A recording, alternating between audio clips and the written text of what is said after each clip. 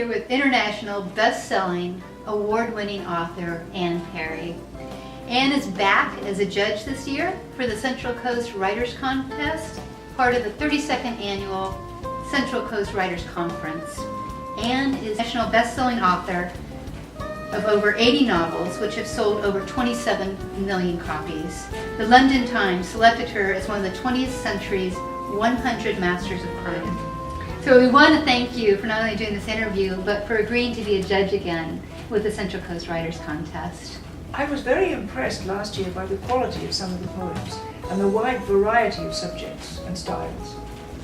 Some of them haunted me for quite a while afterwards. There's a fortunate turn of phrase and things that make you think. Wow.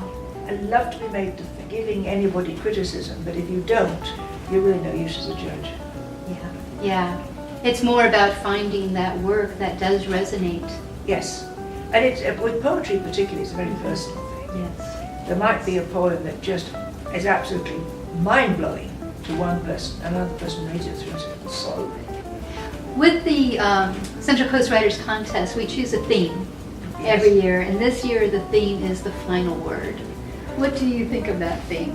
I think it's very strong. It's one thing which I thought about. It's intriguing because we have 4 different categories in diverse areas. We've got the flash fiction, short fiction, but we also have the poetry, and then this year we have screenwriting. Oh, do you? Yeah, so what is it that you're going to be looking for in an entry then as a judge? For one that enchants me because of its imagery or the use of words, assonance, dissonance when it's right, not too much metaphor. One that makes me feel some emotion, whatever the emotion is, something that makes me think.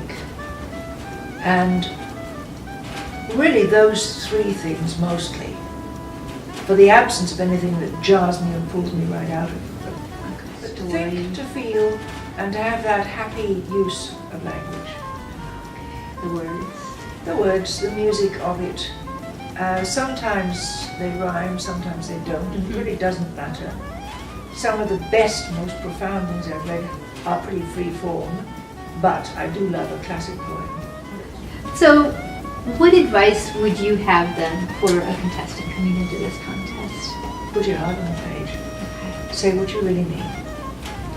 But don't be afraid to go back and polish it. Sound advice. Yeah.